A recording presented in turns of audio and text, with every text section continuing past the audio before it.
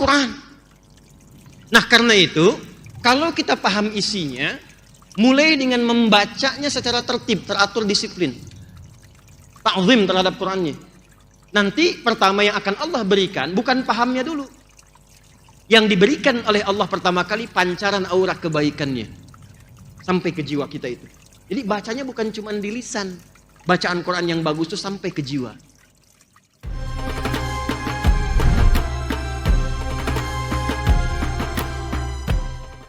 Assalamualaikum warahmatullahi wabarakatuh.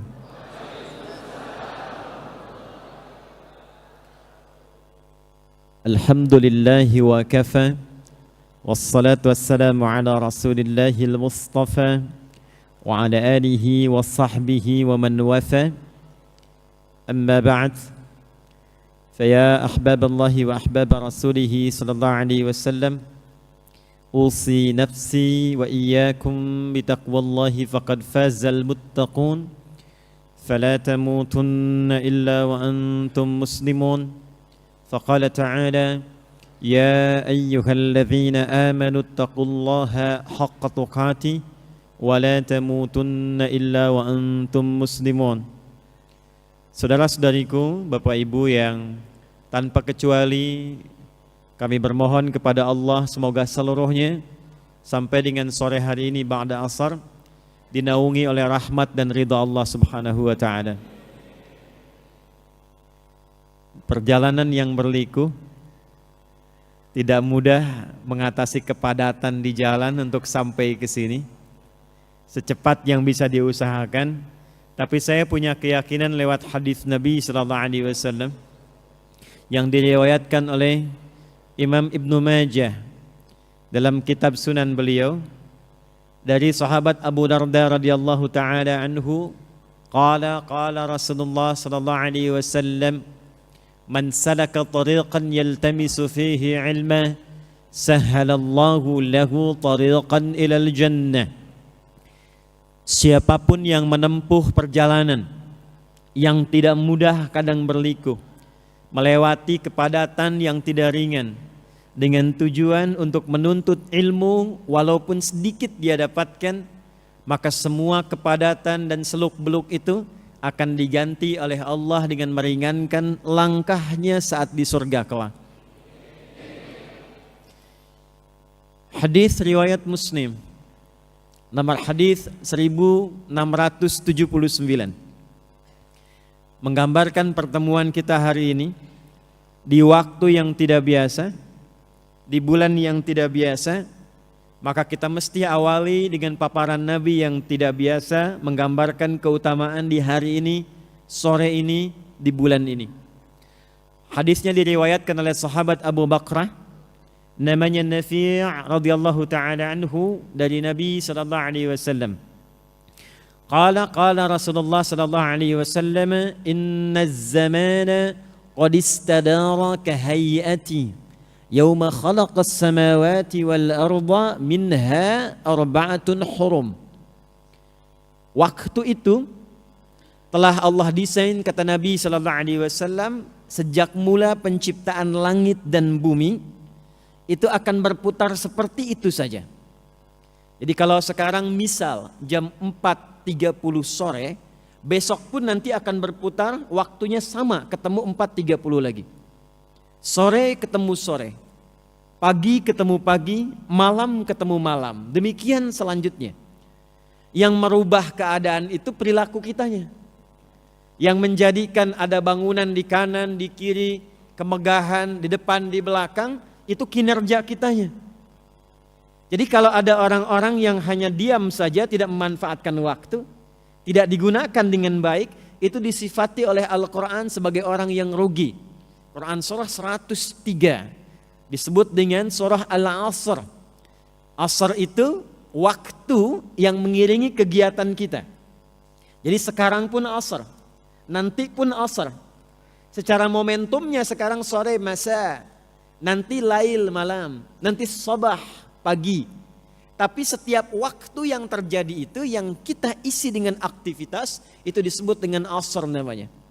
Nah, ciri khas orang beriman Dia mampu menggunakan semua waktunya secara teratur supaya dia tata menjadi kegiatan-kegiatan yang dengan itu melahirkan manfaat-manfaat yang dia rasakan di dunia sampai dengan di akhirat.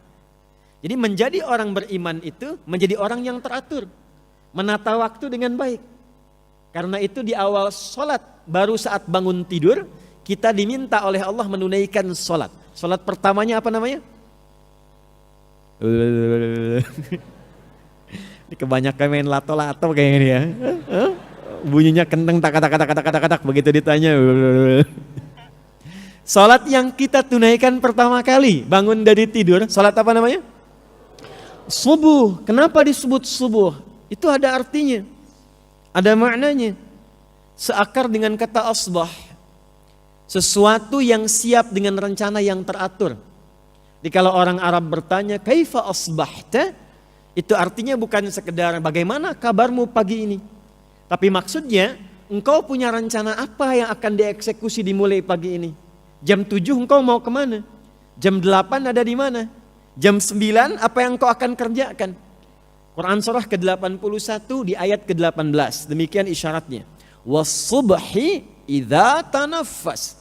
Dan aku bersumpah demi waktu subuh yang dari mulai waktu itu kegiatan harus mulai ditata sesuai dengan nafas yang keluar dari tubuh kita. Ya, jadi orang beriman itu bangun dari tidur, dia sudah punya rencana yang jelas. Kalau dia tak punya rencana yang dibimbing oleh imannya menjadi baik, maka disebut rugi oleh Al-Quran. Turunlah surah ke-103. Wal asr. Demi waktu yang aku berikan pada setiap manusia untuk beraktivitas. Innal insana, sungguh aku tegaskan kata Allah, manusia yang beraktivitas itu, insan disebutkan 65 kali dalam Al-Quran, menunjuk pada aktivitas manusia yang dijalani. Sungguh manusia yang beraktivitas itu akan berpotensi rugi jika tak mampu memanfaatkan waktu yang diberikan kepadanya. Illalladzina amanu. Illalladzina perhatikan, ini bukan sekedar terjemahan, kecuali orang beriman. Bukan seperti itu menerjemahkannya. Cara memahaminya, orang beriman itu enggak rugi. Orang beriman itu teratur. Jadi kalau orang belum beriman, tidak punya kegiatan yang terukur, wajar, belum beriman. Tapi kalau sudah beriman kata Allah, imannya membimbing dia untuk teratur. Kegiatannya teratur, dari ujung kepala sampai ujung kaki teratur, tatapannya teratur, nggak boleh sembarangan menatap. Beriman. Qul lil mu'minina yaghuddu min absarihim. Muhammad sallallahu alaihi wasallam viralkan kata Allah. Nah, terjemah kekinian viralkan, ya. Kan kalau sudah viral, like, share, and subscribe, ya. Kata Allah viralkan pada setiap pria-pria yang sudah punya iman. Pandangannya mesti teratur. Ketika yang dipandang itu tak baik, palingkan. Ghaddul basar, palingkan. Berbicaranya teratur. Ya ayyuhalladzina amanu. Hai semua orang yang telah beriman, la yaskhar qaumin qaum. Jaga lisanmu. Bicara yang baik saja, atur. Kata Nabi, man kana yu'minu billahi wal yaumil akhir falyakul khaira aw liyasmut. Katakan yang baik saja. Diatur kata-katanya, jangan menyinggung orang. Jangan menggunjing orang. Jangan gibahkan orang. Saya tidak Ustaz. Bagus, enggak seperti ibu itu tuh. Sama itu. Jadi kita itu makhluk teratur sepanjang kita beriman. Bicaranya enggak boleh sembarangan. Berjalannya teratur. Wa ibadur rahmanil ladzina yamshuna 'alal ardi hauna wa idza khatabahumul jahiluna qalu salama. Jalan insan beriman tuh hamba Allah yang penyayang, kata Quran tuh teratur jalannya. Enggak mungkin mampir ke tempat-tempat yang tidak jelas. Pandangan teratur, pendengaran teratur, lisannya teratur. Keluar dari sini lihat reklame. Ada sesuatu yang tak boleh dipandang. Imannya membimbing dia, palingkan. Ghaddul basar, gak boleh dilihat. Lisannya istighfar. Wasari'u ila maghfirah, astaghfirullah. Harusnya tidak seperti itu. Dan antara pandangan dan lisan tidak ada yang terlambat. Astaghfirullah. Salah ini. Itu orang beriman. Karena itu kalau sudah beriman, itu konsisten beramal soleh.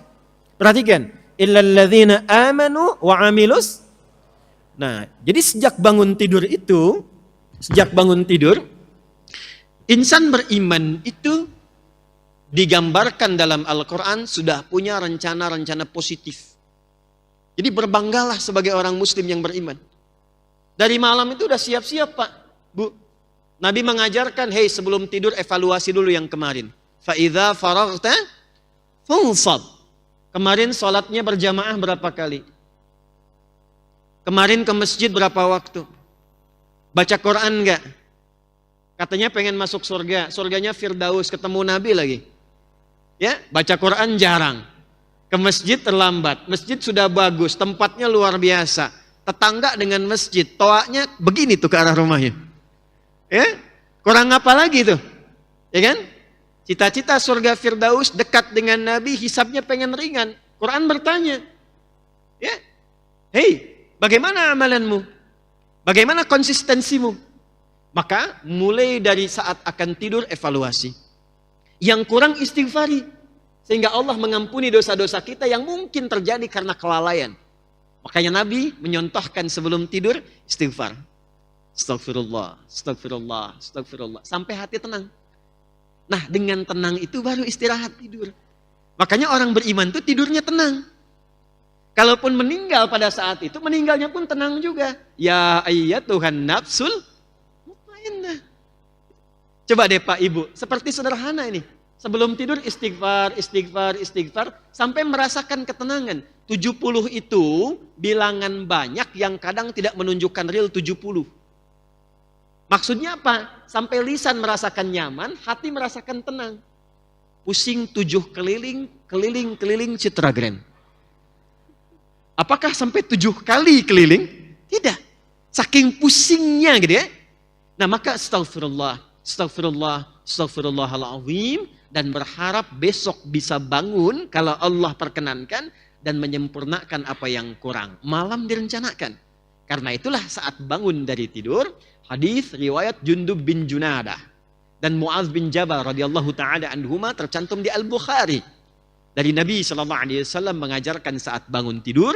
Alhamdulillahilladzi ba'dama wa ilaihin. Pertanyaannya, paham tidak maksudnya? Problemnya. Ya Allah terima kasih. Aku bersyukur memujimu yang telah memberikan aku kesempatan kembali hidup sesuai ajalku. Yang mungkin saja dalam tidurku bisa wafat sesuai ajalku. Berikan bimbingan kepadaku ya Allah di hari ini. Ilaihin nusyur. Nusyur itu menyebar untuk kembali. Berikan bimbingan kepadaku supaya aku bisa mencari bekal. Kalau pulang di hari ini sudah siap aku pulang. Itu maksudnya. Makanya kita siapkan rencana apa di hari itu. Kemarin saya cuma 4 waktu di Masjid An-Ni'mah. Sekarang 5 waktu, tuliskan. Saya pengen baca Quran hari ini 1 juz, tuliskan. Saya pengen sedekah sekian, tuliskan. Nah saat itulah bangun dari tidur, Anda menghadap Allah membawa rencana itu, disebutlah subuh. Datanglah sujud kepada Allah untuk meminta kemudahan menjalani semua aktivitas yang telah kita siapkan. Itulah insan beriman. Dan itu yang wajib di-share, diingatkan. Sampaikan pada keluarga. Bekerja sama dengan teman. Mencapai satu kebenaran yang disepakati. Dalam bahasa Arab, kebenaran yang disepakati mutlak benarnya disebut dengan hak namanya. Disebut apa? Hak. Karena itu, semua kebenaran yang bersumber dari Allah disebut hak. Al-haq mir rabbika fala takunanna minal mumtarin wa tawasaw bil haq. Sudah beramal soleh, viralkan, share. Maka Masjid An-Ni'mah memviralkan. Insyaallah nanti kita ada kegiatan, misalnya malam ini ada tahajud, malam ini ada mabit, viralkan untuk saling menguatkan iman. Insyaallah imam kita datang spesial untuk mengimami, yang bacaannya bagus, viralkan. Insya Allah ada ta'lim yang menguatkan, cari materi yang baik, cari pemateri yang bagus, viralkan. Itu watawasaw bil haq. Jaga itu sampai dengan wafat. Silahkan, yang pengusaha berusaha, yang diplomat berdiplomasi, birokrat teruskan, arsitek teruskan, yang mengajar lakukan, konsisten dengan itu, watawasaw bis sabar, maka dia akan hidup dalam kemuliaan sampai dia berpulang kepada Allah. Baik, ini muqaddimah kita. Sekarang pertanyaannya, bagaimana cara kita menata aktivitas dengan baik dan benar yang saat bersamaan dunianya dapat, akhiratnya pun dijamin oleh Allah Subhanahu wa taala. Itu materi kita, dan di sini kita akan memulai insyaallah lewat hadis dulu, baru kemudian ke ayat. Sekarang kita hanya akan bersama Al-Qur'an, hadis, Al-Qur'an, hadis. Oke? Yuk kita turunkan materinya. Ini baru mulai. Bismillahirrahmanirrahim. Hadis riwayat Al-Bukhari. Nomor hadis 5027. Saya agak lambatkan ya karena sudah masuk inti materinya. Diriwayatkan pula oleh Imam Muslim, At-Tirmidzi, Imam Ahmad bin Hanbal, pun demikian Imam An-Nasa'i rahimahullah. Saya akan bacakan jalurnya dulu. Saya baca dari kitab apa? Kitabnya tersambung sampai ke Nabi. Jadi supaya bacaan kita di Islam tuh indahnya tidak ada satupun referensi yang berdiri sendiri. Semua itu sudah divalidasi sampai ketemu sumber asalnya. Itu di Islam, namanya sanad. Terdapat dalam Sunan An-Nasa'i, Imam An-Nasa'i menerima hadis ini dari Ubaidillah bin Sa'id. Ubaidillah bin Sa'id menerima hadis ini dari Syu'bah. Syu'bah menerima hadis ini dari Yahya. Yahya menerima hadis ini dari Sufyan. Sufyan menerima hadis ini dari Alqamah bin Marthad. Alqamah bin Marthad menerima hadis ini dari Sa'ad bin Ubaidah. Sa'ad bin Ubaidah menerima hadis ini dari Abi Abdurrahman As-Sulami. Abi Abdurrahman As-Sulami menerima hadis ini dari Uthman bin Affan radhiyallahu taala anhu. Uthman bin Affan radhiyallahu taala anhu menerima hadis ini dari Nabi Muhammad sallallahu alaihi wasallam, bin Abdullah bin Abdul Muttalib bin Hashim bin Abdul Manaf bin Qusay bin Murrah bin Kilab bin Ka'ab bin Ghalib bin Fihr bin Malik bin Nadar bin Kinana bin Khuzaimah bin Mudrikah bin Ilyas bin Nizar bin Mudar bin Ma'ad bin Adnan bin Adi bin Adri bin Muqawwam bin Nahur bin Tarikh bin Ya'rub bin Yasjub bin Nabit bin Ismail alaihi salam bin Ibrahim alaihi salam bin Azar atau bin Nahur bin Kinan bin Arfakhshad bin Sam bin Nuh alaihi salam bin Mikhlail Matusyala bin Kinan bin Anwath bin This bin Adam alaihi salam. Coba ulangi. Apa hadisnya? Qala Rasulullah sallallahu alaihi wasallam, khairukum man ta'allama al-Qur'ana wa 'allama. Khairukum man ta'allama al-Qur'ana wa 'allama. Yang terbaik di antara kalian, kata Nabi. Jadi khair itu sifat yang melekat pada tindakan apapun dan profesi apapun. Jadi kalau di sini ada pedagang, Anda mengikuti petunjuk Nabi ini akan menjadi pedagang yang terbaik. Anda di sini ada yang pengajar, diikuti petunjuk Nabi ini maka akan jadi pengajar yang terbaik. Anda arsitek, diplomat, birokrat, diikuti petunjuk Nabi ini maka Anda akan menjadi terbaik di bidangnya.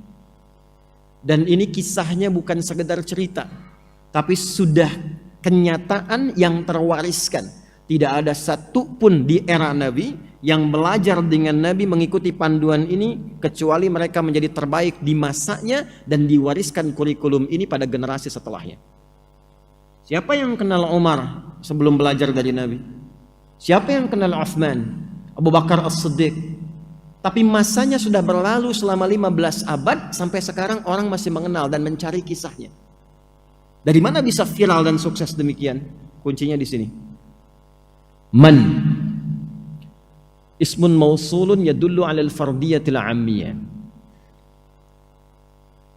Kata sambung konjungsi kadang menunjuk pada subjek atau objek secara personal.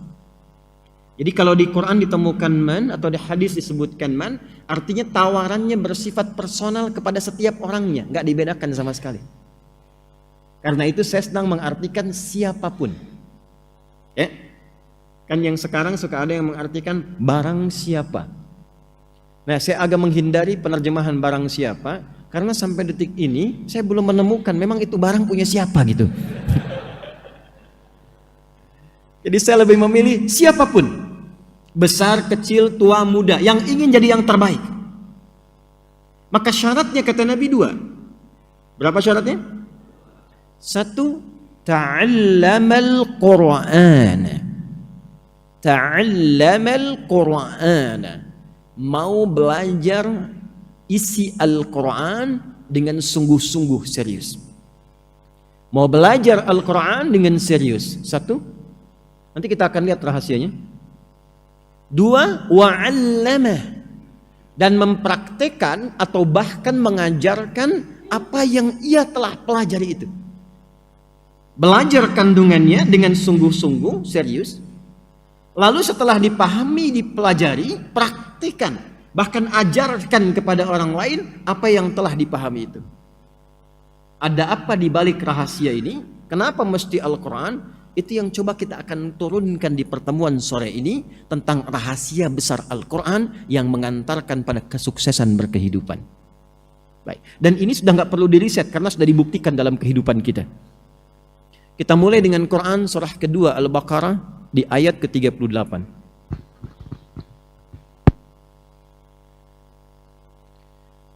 Mohon izin saya sedikit melambatkan uraiannya karena sudah masuk ke inti bahasan supaya mudah untuk didengar dan dipahami. Quran surah kedua Al-Baqarah di ayat ke-38. Paling kanan sebelah atas di mushaf standar.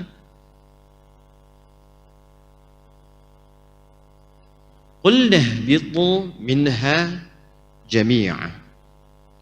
Adam, Hawa, sekarang misi kalian di bumi akan dimulai.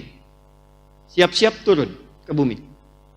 Fa imma ya'tiyannakum minni huda. Maka bersamaan dengan dimulainya misi kalian di bumi menjadi khalifah di bumi, turun, aku akan berikan pedoman berkehidupan. Tugasnya apa? Ini pedomannya.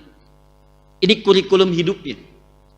Jadi tidak ada satupun kegiatan Nabi Adam alaihissalam di bumi kecuali oleh Allah dibimbing supaya mudah dikerjakannya. Bersamaan dengan turun, ini pedomannya. Dalam bahasa Al-Quran, pedoman itu disebut dengan hudan namanya. Apa namanya? Saya tulis di sini ya. Faman tabi'a hudaya fala khaufun 'alaihim wala hum yahzanun. Jika pedoman ini diikuti, mau mengerjakan sesuatu, lihat pedomannya. Mau melakukan aktivitas tertentu, lihat pedomannya. Praktekkan. Jika itu diikuti kata Allah, aku jamin semua aktivitasmu ya Adam plus keturunanmu, karena nanti bentuknya berubah jamak. Berubah jamak tuh. Fala khaufun 'alaihim. Perhatikan, pakai him tuh. Bukan cuman engkau Adam. Pedoman ini kalau diikuti anak cucumu, aku jamin semua aktivitas mereka akan lekat dengan dua hal saja.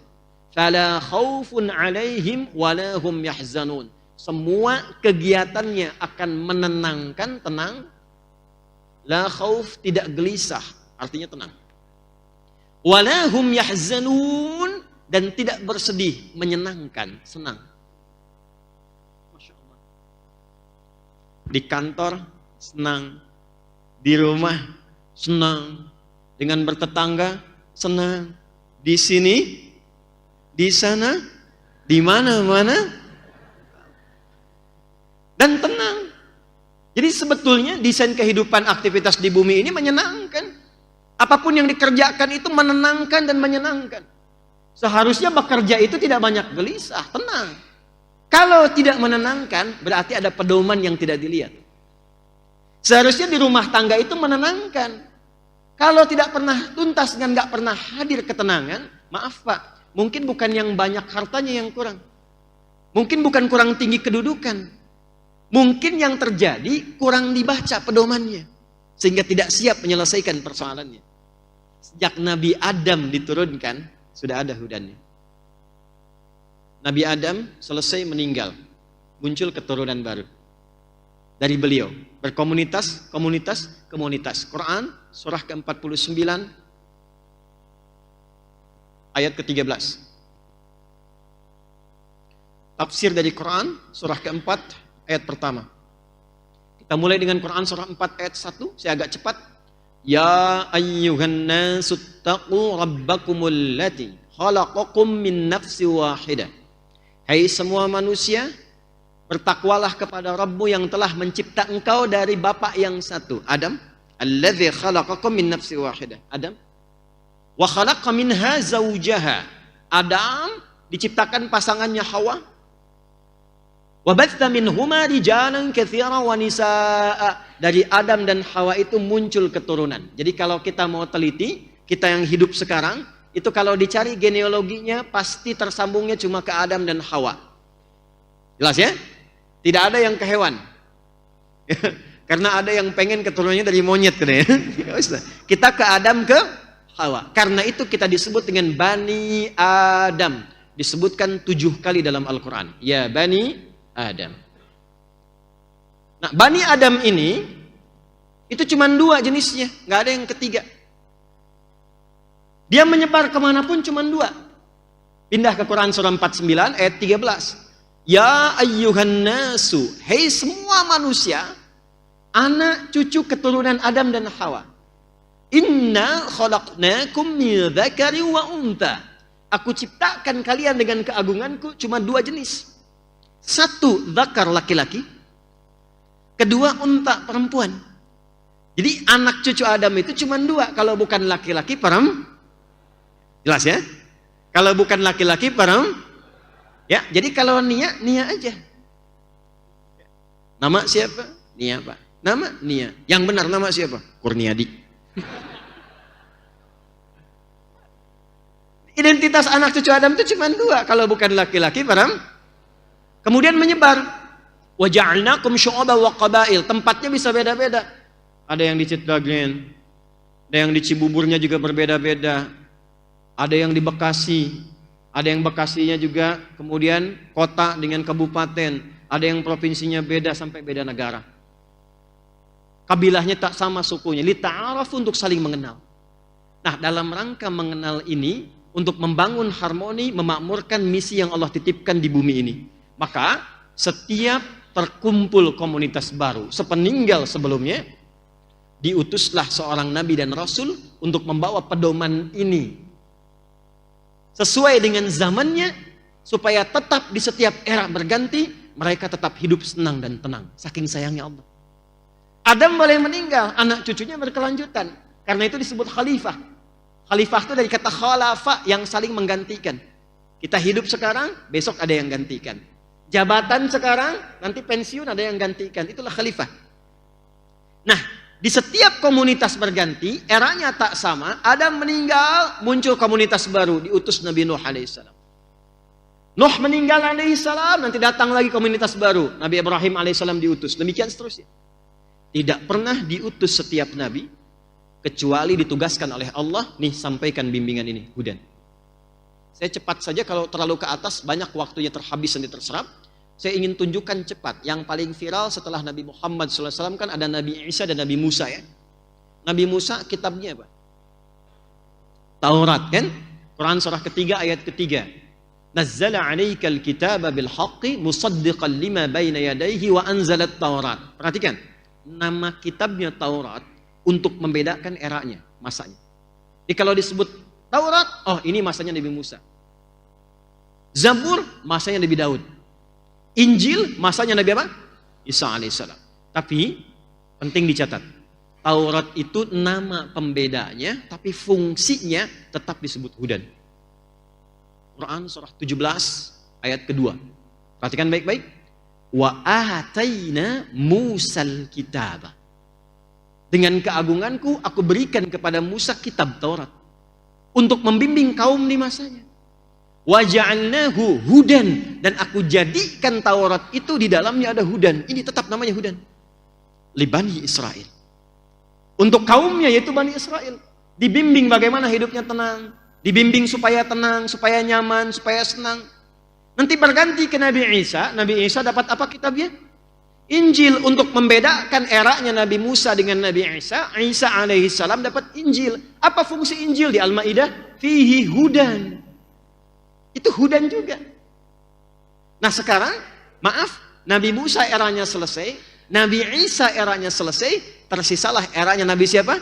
Muhammad sallallahu alaihi wasallam.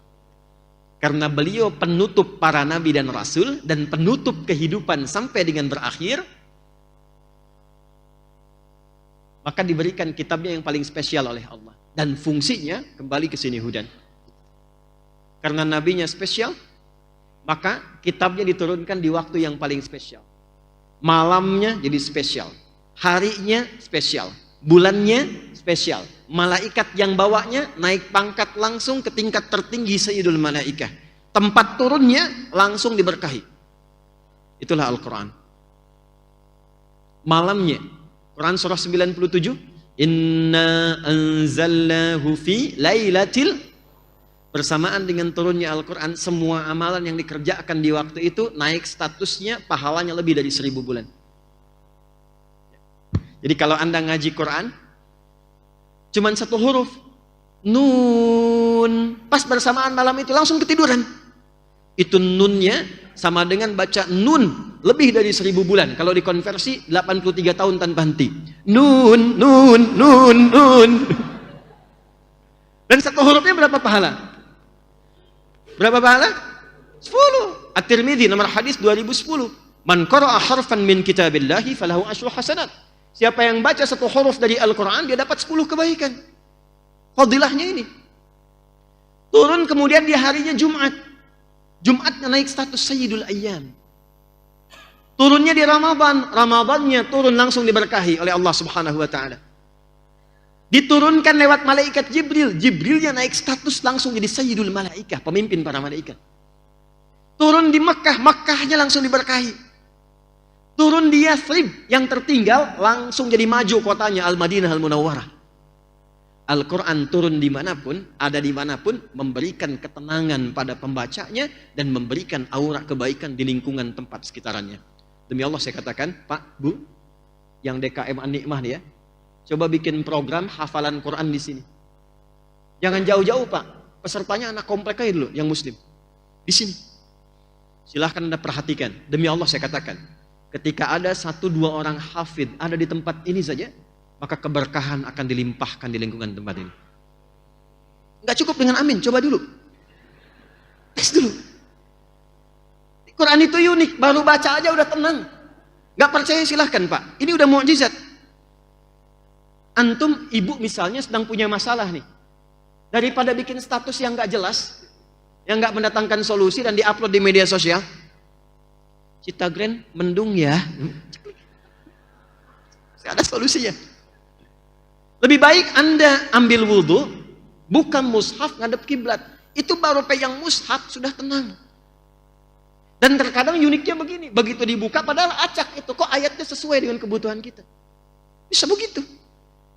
Wadduha, baru baca, punya masalah, tenang, nangis, tenang. Walaupun solusi belum datang, tenang. Cuman cepat ngantuk. Betul, karena ibadah. Setan hadir. Kalau baca Al-Quran 1 jam gak akan ngantuk. Silahkan. Al-Quran lihat di internet tuh. Baca. Sejam tuh dibaca aja. Al-Quran 10 menit. Setannya terlibat karena ada ibadah di dalamnya. Ya. Maka turunlah Quran surah kedua Al-Baqarah, saya cepat, ayat 185. Quran surah 2 ayat 185. Syahru Ramadan alladzi unzila fihil Quran hudan linnas. Ini fungsinya. Nah, ini inti pembahasan kita yang paling pokok. Sekarang kita akan bedah apa yang dimaksud hudan terkait dengan Al-Quran itu. Allah menyampaikan, aku turunkan Al-Quran dengan segala kemuliaannya ini bukan sekedar untuk dibaca. Dibaca bagus Pak, Bu, ada pahala. Tapi ingat, membaca sesuatu itu adalah pintu untuk mengetahui isinya. Anda kan kalau baca koran ingin tahu isinya kan? Baca majalah ingin tahu isinya kan? Nah demikian juga Quran diturunkan, kita belajar baca supaya tahu isinya. Jangan cukupkan kebacaannya. Betul, membaca itu ada pahalanya, dapat pahala, menutup kekurangan. Tapi kalau Anda cuma baca, nggak pahami isinya dan tidak dipraktekkan tuntunan di dalamnya, maaf, maka Quran akan sebatas jadi bacaan saja, tidak menjadi hudan dalam berkehidupan. Maka desain pertama yang Allah sampaikan kepada kita, Al-Quran itu, kata Allah, aku siapkan menjadi kurikulum kehidupan, pedoman hidup untuk semua manusia sampai akhir zaman.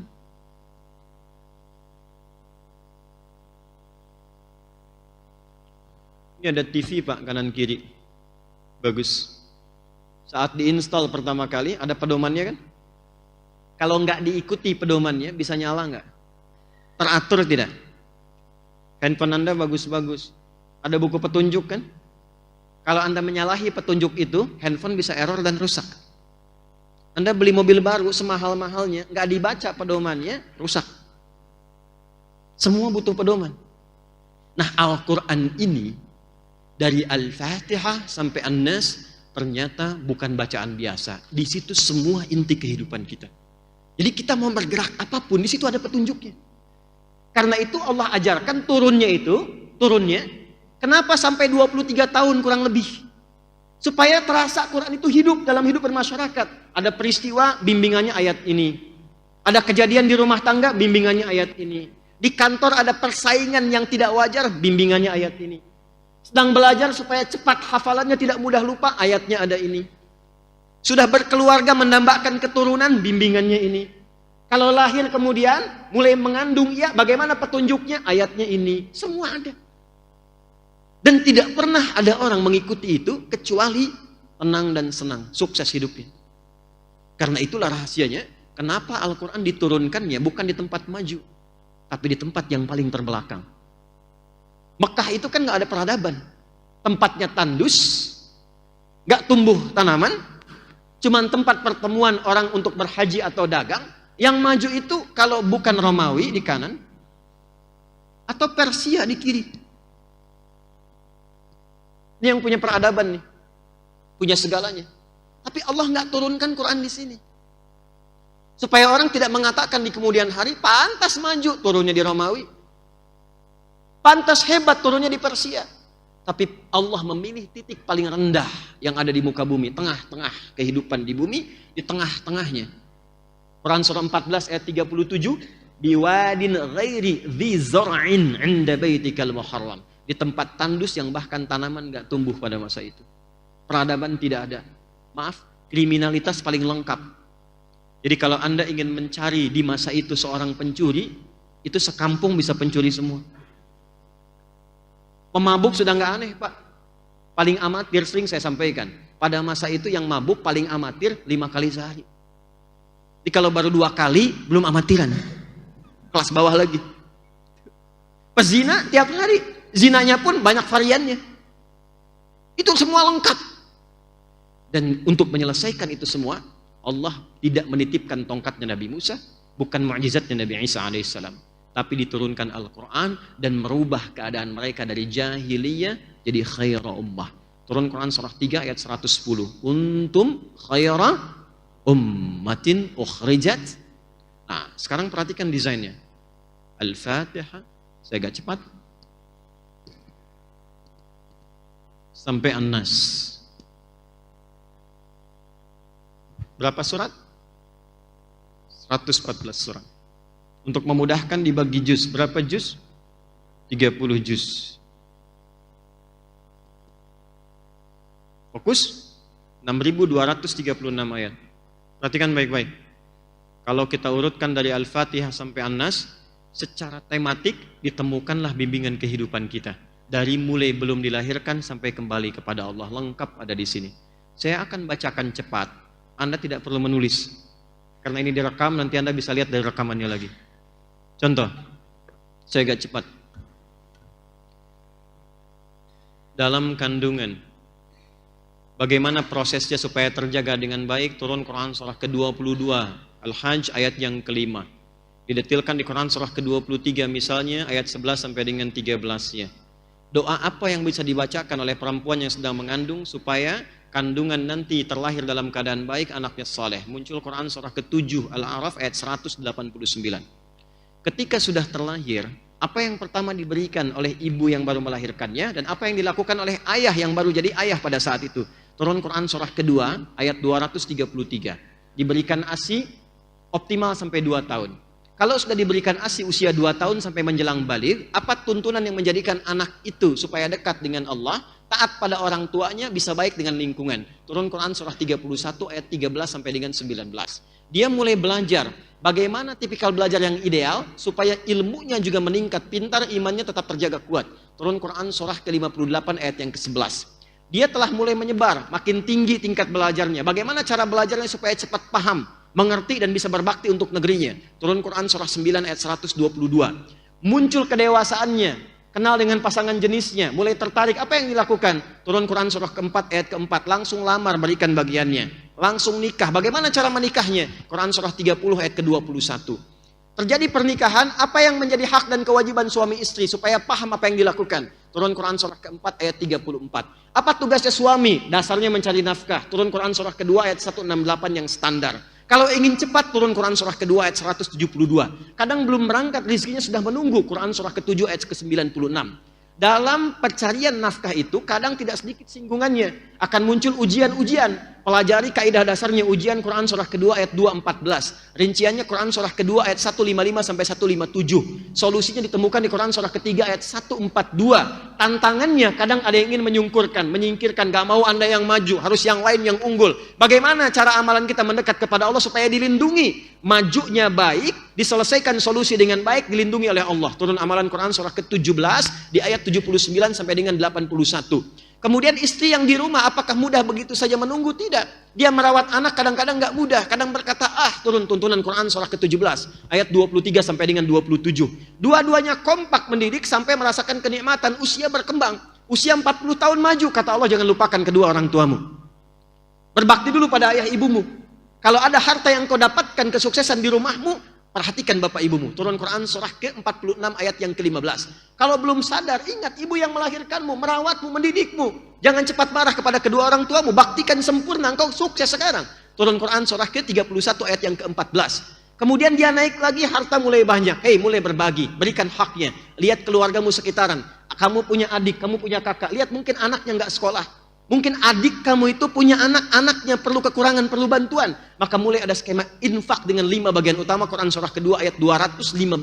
Kalau lebih lagi ada zakat. Diambil Quran surah ke-9 ayat 103. Disalurkan ke 8 golongan Quran surah ke-9 ayat yang ke-60. Anda naik lagi, semakin tinggi, semakin tinggi. Maaf, jangan dikira akan selamanya hidup di dunia. Pada akhirnya akan kembali seperti masa kecil ya. Quran surah ke-22 ayat yang ke-5. Kemudian setelah itu datang kematian, dimulai dengan maut. Quran surah ketiga ayat 185. Yang bawa mautnya malakul maut. Quran surah ke-32 ayat yang ke-11. Cara ngambilnya kalau ingin tenang, Quran surah ke-89 ayat 27 sampai dengan ayat yang ke-30. Ketika meninggal itu masuk ke alam kubur. Bagaimana suasana di kubur supaya kita bisa siap-siap? Quran surah ketiga ayat 169 sampai dengan 172. Ada lagi detailnya di Quran surah kedua ayat 153 sampai dengan 154. Lalu bagaimana menunggu di situ sampai kembali kepada Allah? Maka akan terjadi kiamat, turun satu surah ke-75 dengan namanya Al-Qiyamah. Maka di situ akan ada hisab. Saat dihisab itu ada penentuan, ada surga, ada neraka. Yang ingin ke surga dijelaskan dengan sempurna. Nih, yang pengen surga Firdaus, Quran surah ke-23 di ayat 1 sampai dengan 9. Yang pengen di taman surga, Quran surah ke-51 amalannya ayat 15 sampai dengan ayat ke-23. Yang pengen surga standar, nggak apa-apa, yang penting masuk surga deh. Enak juga di situ. Quran surah kedua ayat ke-25. Jangan macam-macam. Selain surga hanya ada neraka. Jangan sampai engkau nestapa. Bagaimana ancamannya supaya kita bisa hindari? Neraka yang paling ringan, dicelupkan sedikit, seharinya 1000 tahun. 1 detiknya 48 hari. Langsung hangus, hancur semuanya. Turun Quran surah keempat ayat ke-56. Kalau dia orang-orang yang terakumulasi keburukannya, ingkar kepada Allah, munafik sifatnya, maka ditempatkan yang paling dasar di neraka jahanam. Turun Quran surah keempat ayat 140. Tapi kalau masih hidup dia ingin berubah, diturunkan risalah taubat. Quran surah keempat ayat 143. Dicintai oleh Allah. Quran surah kedua ayat 222. Sampai dia pulang dalam keadaan husnul khatimah. Mana yang gak ada? Ada semua. Kita itu makhluk teratur. Tentang jin diajarkan, turun surat jin. Ya kan?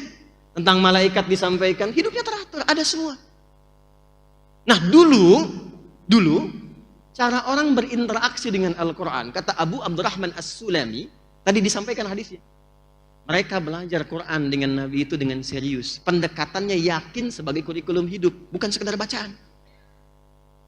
Kalau cuma bacaan nanti sifatnya begini, simpan di rak-rak itu. Dibaca enggak tuh?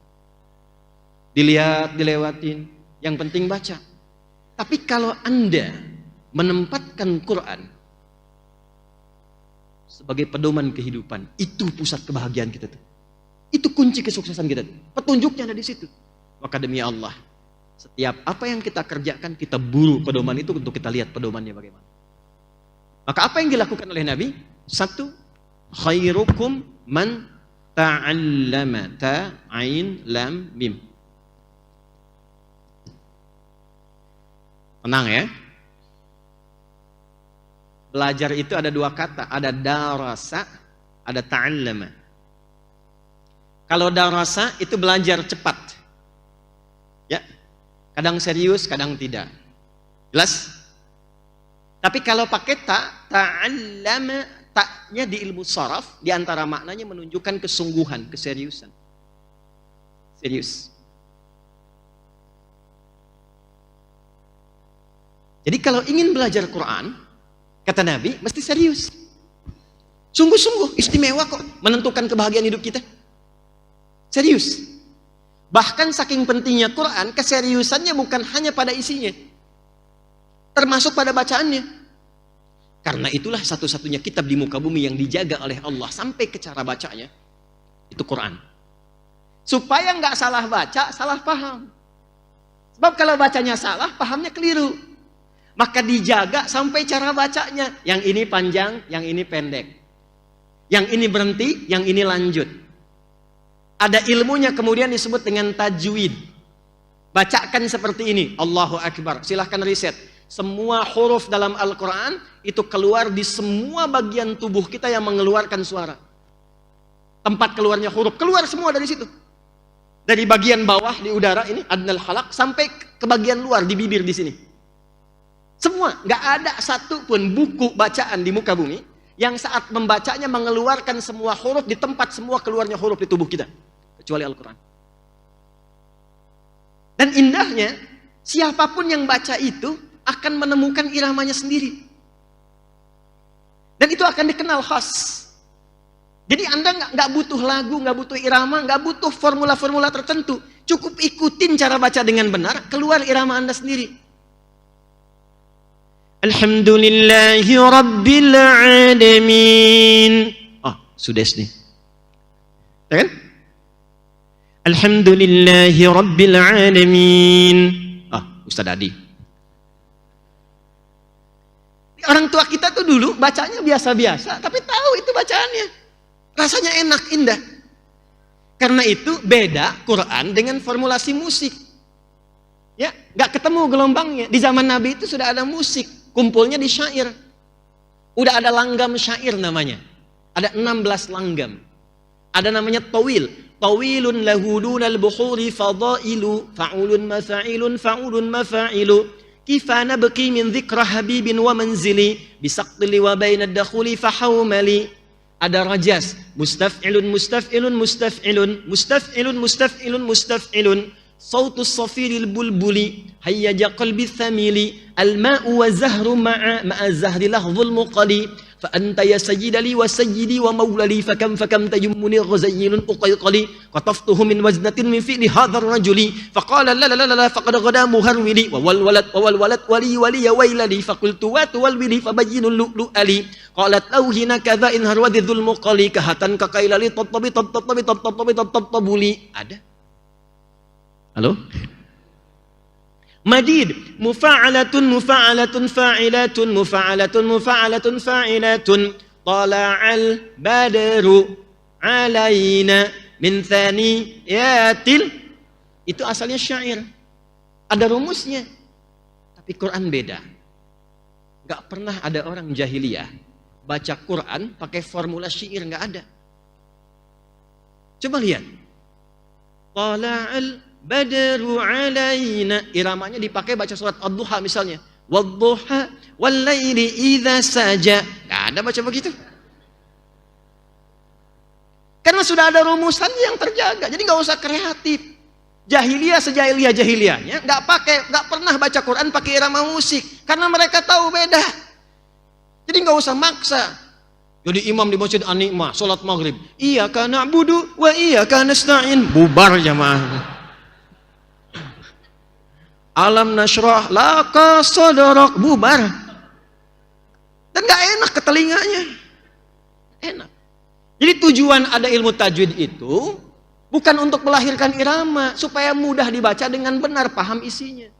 Tapi jadi pembeda akhirnya. Karena saat dibaca jadi obat, syifa. Syifa. Makanya kenapa dijaharkan baca? Supaya menguatkan kepada jiwa. Nanti penyakit-penyakit hati hilang. Itu nggak bisa berobat Pak ke apotik. Antum berobat ke apotik tuh. Di sana ada poli gigi. Di sana ada poli mata. Poli telinga. Yang nggak ada cuma 2. Poli hati 1. Tanya, saya pusing dok. Apa yang dirasakan? Kepala saya penat kayak vertigo. Gejalanya apa? Itu kalau tetangga saya dia beli mobil baru, saya penat sekali. Nggak ditemukan obatnya. Ada. Ya, cuman 2 poli yang nggak ada. Poli hati, poligami. Tenang Bu, nggak akan saya bahas, tenang aja. Ya, itu Quran. Nah karena itu, kalau kita paham isinya, mulai dengan membacanya secara tertib, teratur, disiplin. Ta'zim terhadap Qurannya. Nanti pertama yang akan Allah berikan, bukan pahamnya dulu. Yang diberikan oleh Allah pertama kali, pancaran aura kebaikannya. Sampai ke jiwa kita itu. Jadi bacanya bukan cuma di lisan. Bacaan Quran yang bagus itu sampai ke jiwa. Jadi begitu Anda baca, hatinya ikut bergetar. Itu yang dimaksud Quran surah ke-8 ayat yang kedua. Innamal mu'minuna alladzina idza dzukirallahu wajilat qulubuhum. Perhatikan, wa idza tuliyat 'alaihim ayatuhu zadatuhum imana wa 'ala rabbihim yatawakkal. Jadi baca Quran itu yang tertib, tenang. Lalu rasakan getarannya, kenikmatannya. Setelah itu baru kita keluarkan step yang kedua. Jadi ada 3 step nanti ya. Saya agak cepat, mohon izin. Belajarlah Quran dengan serius. Ada 3 tingkatan belajar Quran. 1, tahap bacaan, tahap pengenalan. Disebut dengan qiraah. Qiraah. Ini nggak butuh paham, karena baru mengenal. Ilmunya disebut dengan tajwid. Cara membaca Quran dengan baik dan benar. Ikuti dulu. Allahu Akbar. Baru kita membaca saja, itu sudah mendapatkan apresiasi langsung dari Nabi. Setiap hurufnya 10 kebaikan. Setiap huruf 10 pahala. Izin, yang disebut pahala itu bukan pendapatan dunia yang kita bisa raba sekarang, tidak. Itu value untuk bekal pulang ke akhirat. Ditampakkannya, sekarang ilmal yakin, informasinya meyakinkan. Nanti ada ainul yakin saat sakaratul maut ditampakkan. Hakul yakin saat pulang ke akhirat. Ya, jadi kelihatan nanti saat akan meninggal ditampakkan.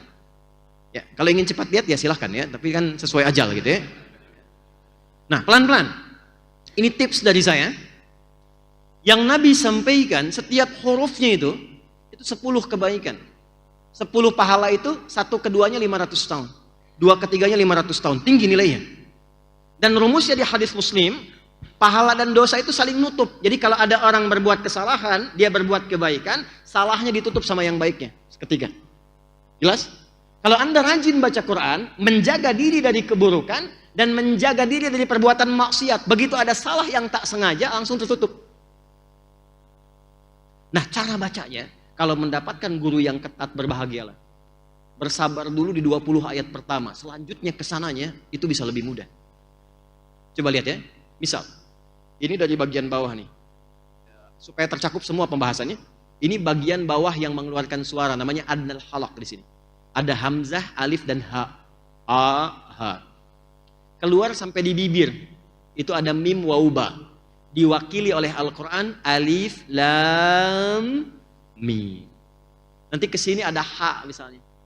Di dalam ada kha. Nanti ke sini nih, di lidah ada lam misalnya.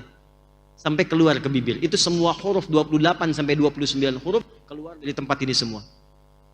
Tapi di antara itu ada yang paling sulit, ada yang menengah, ada yang biasa. Contoh. Zal, za. Dengan dal. Sulit mana? 1 atau 2? Zal atau dal? Bukan. Sulit yang kedua, dal. Karena dal itu butuh energi dari dalam dikeluarkan, infijar, bahasa tajwidnya qalqalah. Dal. Qaf, ta, ba, jim, dal, hurufnya 5. Tapi kalau zal cuman di sini.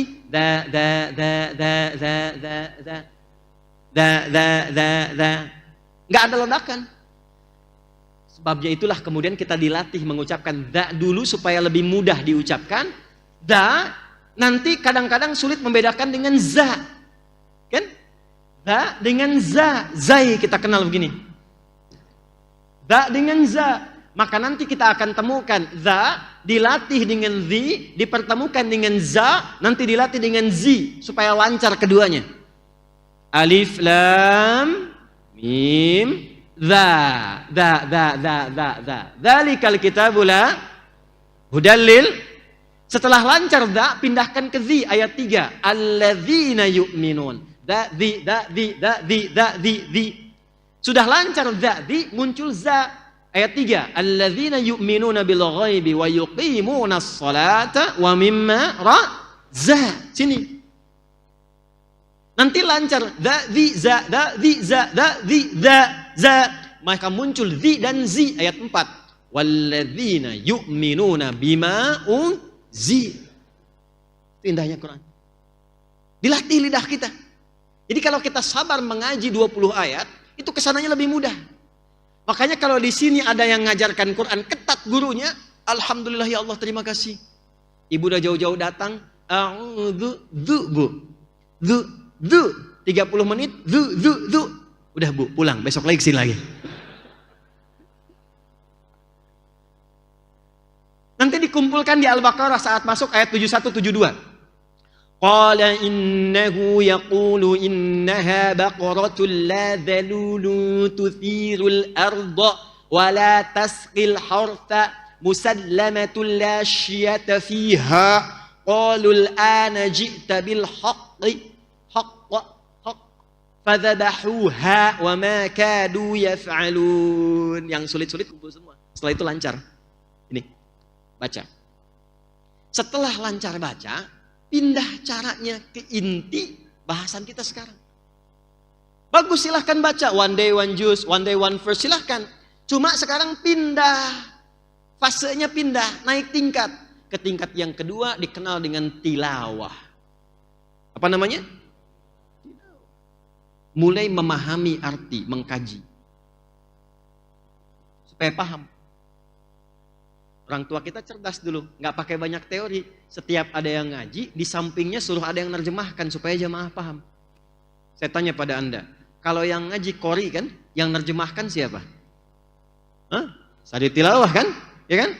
Cuman mungkin yang pertama menerjemahkan itu namanya Bu Sari, makanya Sari tilawah. Coba kalau Pak Ferdi, mungkin Ferdi tilawah. Di sarinya nggak ada sebetulnya, tilawah saja. Ya nggak ada sarinya, tilawah. Cuman yang pertama menerjemahkan busa, maka jadi sari asalnya tilawah saja, artinya 3. Awas ya, fokus. Tilawah itu punya 3 arti. 1, baca. 2, pahami apa yang dibaca.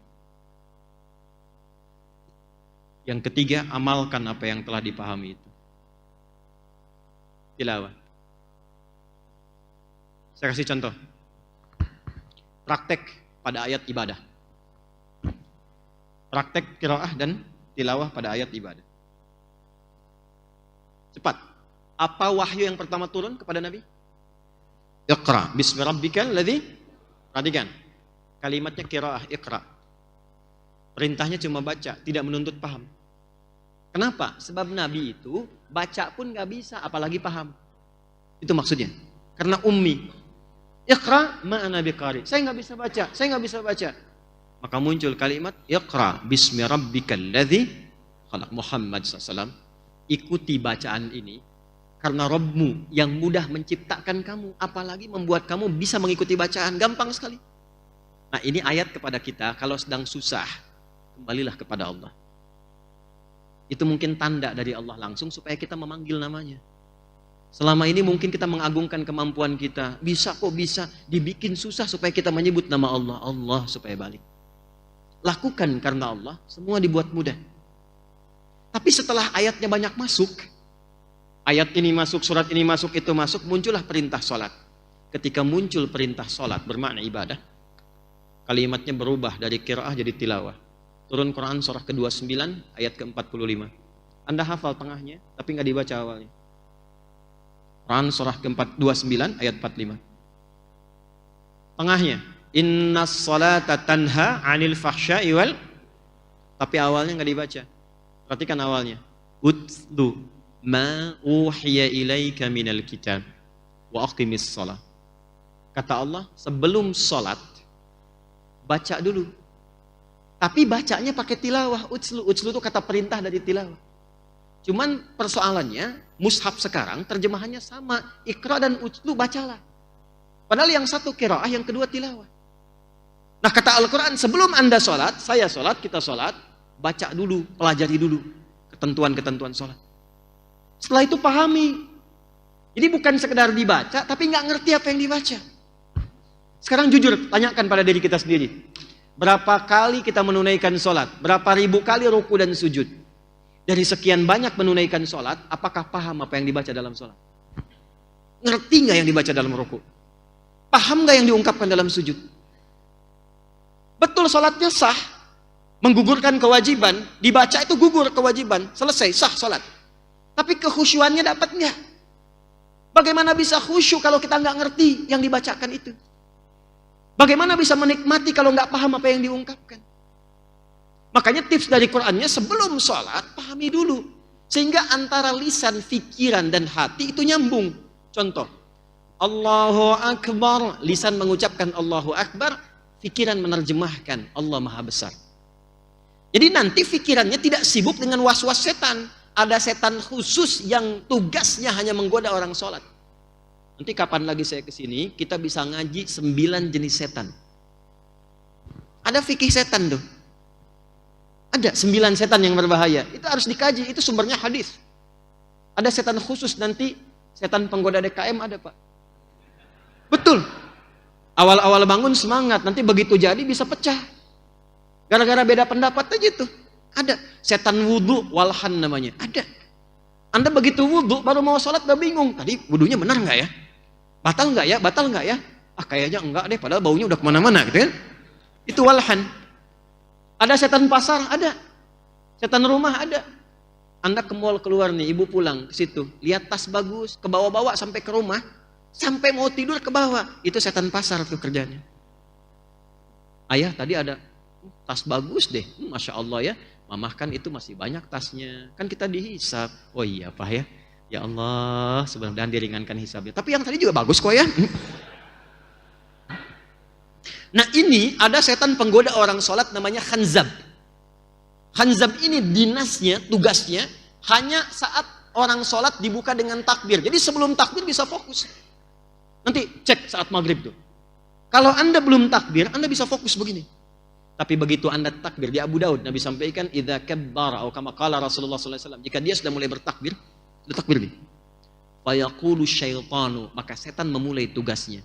Uzkur kadza, uzkur kadza. Ingat ini ya, ingat itu ya. Maka Anda akan mengingat apapun yang bahkan tidak ingin Anda ingat. Kalau nggak percaya nanti pas sholat maghrib, Anda takbir, ini pengingat saya pun akan diulang lagi oleh setan tuh. Ingat ya. Kata Ustadz Adi, itu setan itu. Saat takbiran itu.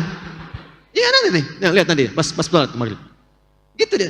Hatta la yash'urul musalli kam raka'atan yusalli, sampai ada orang sholat nih, kalau Nabi katakan pasti benar. Sampai ada orang sholat tidak sadar berapa rakaat sedang menunaikan sholatnya. Iya, ini pelakunya. Nah, bagaimana caranya? Pahami dulu. Sehingga ketika lisan mengucapkan Allahu Akbar, pikiran langsung menerjemahkan Allah Maha Besar. Hati meresapi, ya Allah, aku mengikrarkan Engkau yang Maha Besar. Namun bahkan sebelum sholat aku merasa besar dibandingkan orang lain. Sombong dengan tetangga, angkuh terhadap pasangan, merasa yang lebih pintar dibandingkan yang lain, yang lebih banyak hartanya, lebih hebat kedudukannya. Aku bertobat ya Allah. Maka bacalah kemudian setelah itu, Allahumma ba'id baini wa baina khataya ya kama ba'adta bainal masyriqi wal maghrib. Nah, khataya itu jamak dari khati'ah. Kalau ada ya kecil di ujungnya pengakuan. khotoya ya Allah, aku sadar aku banyak salahnya. Tapi aku pun mengerti tahu Engkau banyak rahmatnya. Aku datang membawa kesalahan saat ini ya Allah. Mohon ampuni aku, jauhkan antara aku dengan kesalahanku. Jangan pertemukan di akhirat. Karena sekecil apapun pasti akan ditampakkan. Faman ya'mal mithqala dzarratin syarran. Jauhkan seperti Engkau jauhkan timur dan barat yang gak pernah ketemu keduanya. Itu maksudnya. Atau Anda ingin baca, wajjahtu wajhiya lilladzi fataras samawati wal hanifan musliman wa ma ana minal. Perhatikan, innas salati wa nusuki wa mahyaya wa mamati lillahi rabbil la syarika lahu wa bidzalika umirtu wa ana minal muslimin wa ana awwalul muslimin. Ya Allah, aku taubat. Aku pasrahkan diriku sepenuhnya sekarang kepadamu, penguasa langit dan bumi dan semesta alam seluruhnya. Kalau aku sholat selama ini, aku ibadah ya Allah, aku hidup karena ketetapanmu. Walaupun kau wafatkan aku sekarang, wa mamati, itu kalimatnya, kalimat kesadaran. Sekalipun kau wafatkan aku dalam sholat saat ini, aku ikhlas ya Allah. Namun ampuni dosa-dosaku. Itu maksudnya. Makanya kalau sujud tenang, tiba-tiba ya ayat Tuhan nafsul mutmainnah. Tapi jika engkau berikan aku kesempatan untuk beraktivitas lagi setelah sholat ini, maka mohon ya Allah, perhatikan, jadikan semua aktivitasku sebagai tanda kepatuhanku untukmu wa ana minal muslimin. Itulah tilawah. Itulah tilawah. Jadi begitu Anda mengerjakan semua bacaan dalam sholat, terasa ke jiwa. Kan semua bacaan sholat itu akumulasi hidup kita. Pengen punya ampunan, dapat ampunan. Pengen rizki dilimpahkan, pengen disehatkan, pengen diberikan perlindungan, pengen dirahmati. Duduk di antara dua sujud. Sambil duduk bacanya enak. Rabbighfirli warhamni wajbur warfa'ni warzuqni, minta rizki. Tuh. Kalau kita paham, Rabbighfirli, Allah ampuni aku. Mungkin karena banyak salahku, sekarang kesehatanku Engkau uji. Atau karena cintamu kepadaku Engkau uji. Ya Allah, mungkin harta ini belum aku dapatkan rezeki dengan lancar karena ada maksiat dariku. Rabbighfirli. Warhamni, sayangi aku. Wajburni, lindungi ya Allah. Ada banyak orang kadang-kadang ingin menyakitiku. Warzuqni, berikan aku rizki. Paham. Itu dibaca Masya Allah, subuh aja udah 2 kali. Ya. Habis sholat minta lagi karena nggak paham. Ya Allah, anugerahkan aku rizki. Kata malaikat, yang tadi apa dalam sholat? Yang tadi warzukni. Ini. Nah, ini baru latihan dalam ibadah. Saya tutup dalam muamalah. Muamalah itu praktek harian. Maka caranya keluarkan secara tematik. Contoh. Teman-teman di sini ada pengusaha ya, pedagang ya. Kenapa Anda nggak mengeluarkan ayat bisnis saja di Quran? Pebisnis keluarkan tuntunan bisnis dalam Quran. Keluarkan ayatnya. Ayat-ayat bisnis. Kaji ini sesuai profesi Anda. Yang pokok pelajari, sholat misalnya, puasa, zakat. Tapi profesi Anda, apa yang di situ Anda kerjakan profesinya? Keluarkan ayatnya. Di sini ada diplomat, keluarkan ayat-ayat diplomasi. Di sini ada pengajar, keluarkan ayat-ayat ilmu. Nah, topik ini berhasil dirinci oleh para imam-imam besar sampai mereka membuat rincian contohnya dan petunjuknya dari Nabi langsung. Ada ayat ini teknis mengamalkannya bagaimana? Ada ayat ini detailnya seperti apa prakteknya? Maka di antara imam yang mengumpulkan semua itu dan menuliskan di kitab, di bukunya sampai jadi panduan yang kita baca sampai dengan saat ini mudah diakses, namanya Al-Imam Al-Bukhari. Imam Al-Bukhari itu nama aslinya Muhammad.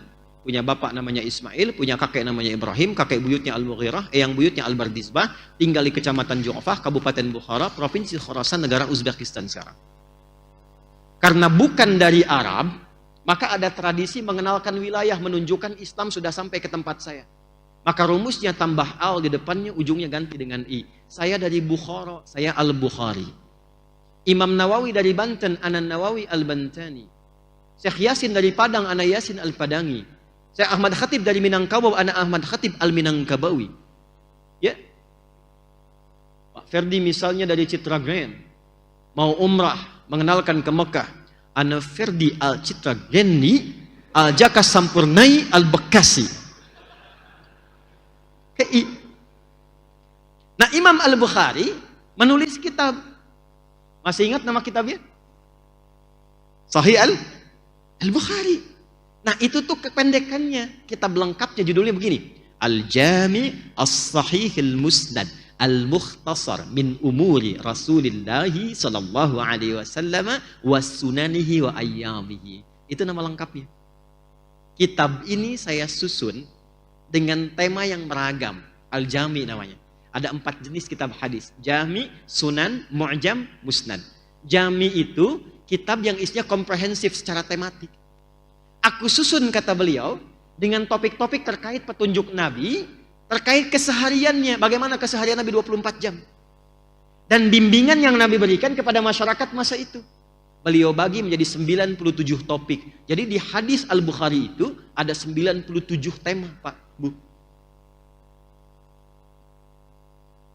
Nanti caranya beliau susun. Ayatnya dulu, baru hadisnya. Ayatnya dulu, baru hadisnya. Contoh, dari 97 ini pernah Bapak Ibu merasakan keimanan yang naik turun? Iman kuat, semangat sampai tahajud dibela-belain ya. Puasa sunnah dikejar-kejar. Saat sedang turun, maaf yang fardu pun kadang tertinggal. Pernah merasakan suasana begitu? Bagaimana caranya menaikkan iman dan dijaga supaya nggak turun? Maka di topik yang kedua ada namanya Kitabul Iman, isinya 57 hadis. Bagaimana supaya menjaga iman? Ada ayatnya, ini hadisnya. Bagaimana menjaga iman lewat harta? Ini ayatnya, ini hadisnya. Bagaimana menjaga iman lewat pergaulan? Anda tinggal di tempat baru, nggak tahu komunitasnya bagaimana. Bagaimana menjaga imannya? Ini ayatnya, ini hadisnya. Ya, ada anak-anak muda yang masih belajar. Ada kitab yang ketiga, topik ilmu, Kitabul Ilmi. Bagaimana belajar yang efektif, mengatur waktu belajar. Anda yang pengajar, ada lagi di hadis ini topiknya Kitabul Ilmi. Nabi itu punya jadwal pengajiannya. Untuk ibu-ibu hari Kamis, nanti untuk bapak-bapak tempatnya di Sufah dan termanage dengan baik. Ini pelajaran A, ini pelajaran B, ini yang kasih fatwa hari sekian.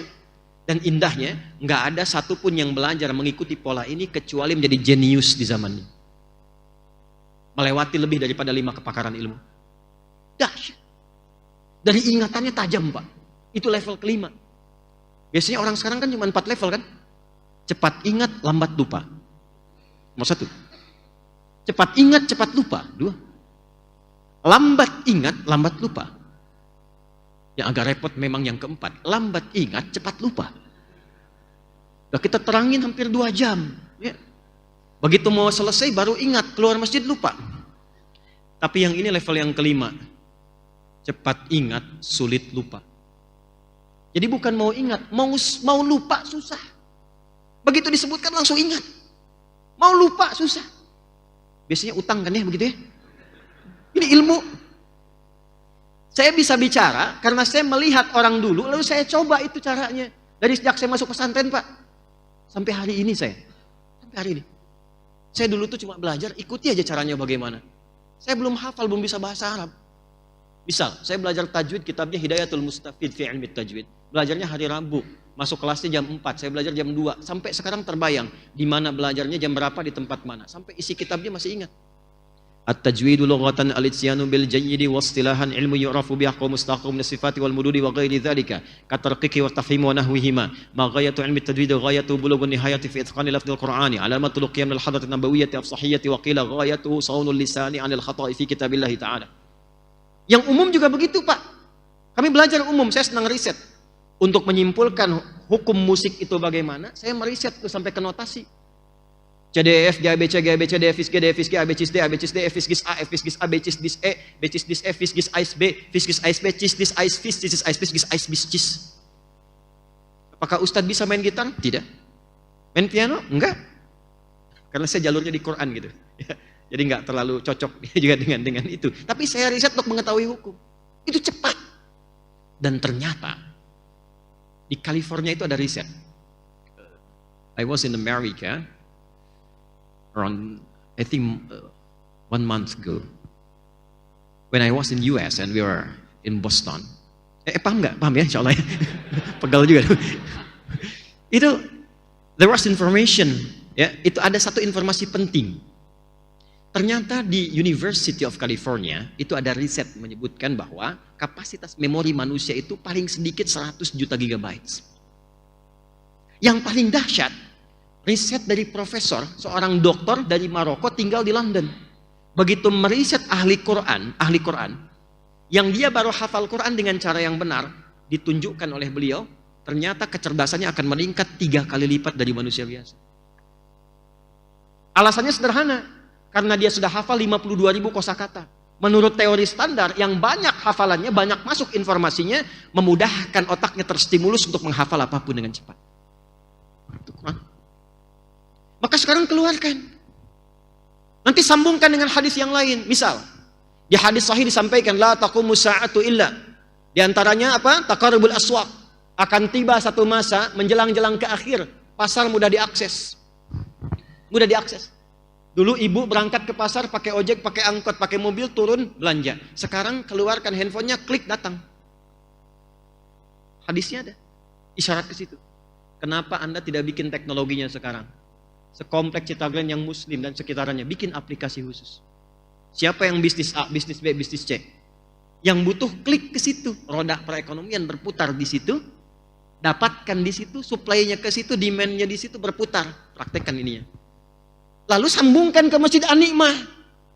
Bikin aplikasinya, zakatnya langsung klik masuk ke sini. Infaknya klik masuk ke sini. Masjidnya punya database, siapa yang kekurangan di sekitaran ini?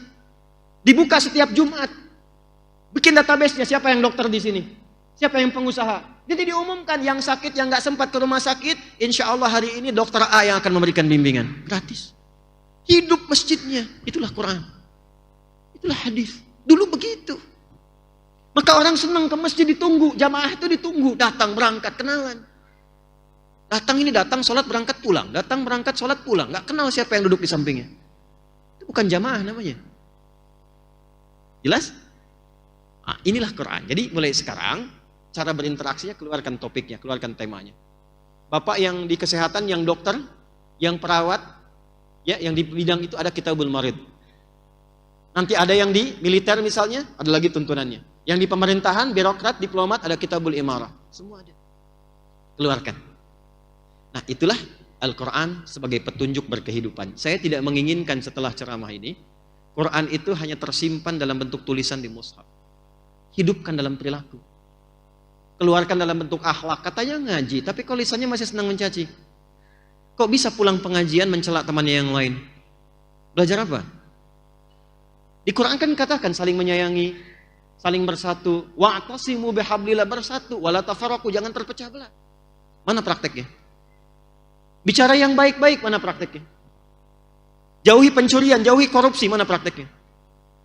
Cukuplah kembali kepada Quran, maka Quran akan membimbing kita menjadi manusia mulia yang dirahmati oleh Allah Subhanahu wa taala. Jelas sampai sini? Paham? Baik, kalau sudah dipahami, saya kira ini adalah pengantar awal kajian saya berada di masjid ini. Dan mudah-mudahan juga bukan menjadi kunjungan yang terakhir ke sini untuk kita bersilaturahim. Jadi mudah-mudahan awalnya dibuka dengan Al-Quran, dan insya Allah menjadikan kita jamaah di dunia dan jamaah di akhirat bersama Rasulullah SAW.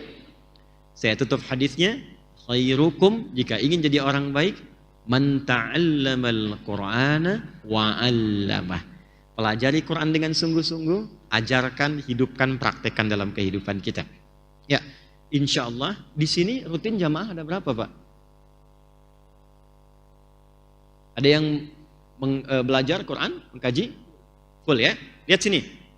Step terakhir menghafal. Sebelum saya tutup, saya minta 5 menit sedikit. Bacaan sudah, qiraah, tilawah sudah, terakhir menghafal. Hafalan. Antum pebisnis, mau rapat, mana petunjuk Qurannya? Bawa mushaf kelamaan. Hafalin ayatnya. Ibu bawa ayat ke rumah tangga, hafalkan. Dijamin oleh Allah, Quran itu satu-satunya kitab suci yang mudah dihafalkan. Insya Allah kita sudah praktekkan. Bahkan ada orang yang hafal Quran itu cuma 25 hari. 30 juz. 24 hari. Ada yang rekor saat karantina di tempat kami di At-Taisir 14 hari. Dan lintas usia. Ada yang 50 tahun, ada yang 82 tahun, ada yang 70 tahun, ada yang 25 tahun, ada yang 22 tahun. Ternyata mudah untuk dihafalkan.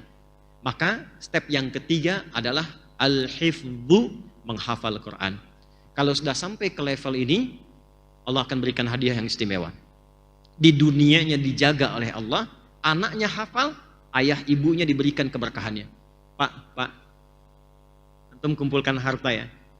Dari berangkat gelap, pulang gelap, capek, lelah. Demi Allah Pak, satu anak aja di rumah, jadikan penghafal Quran. Anda saat pulang capek kerja itu, begitu melihat anak Anda yang kecil sedang mengulang hafalan Quran, hilang penatnya Pak. Yang lebih indah saat Anda meeting di kantor, anak Anda telepon dari pesantren. Ayah, terbata-bata dia mengatakan, aku sudah hatam hafalannya 30 juz. Demi Allah saya katakan, Anda dapat proyek sebesar apapun akan gugur semua itu dikalahkan oleh kalimat anak itu yang mengatakan, Nanda telah selesai hafalan Qurannya. Itu berkah Pak.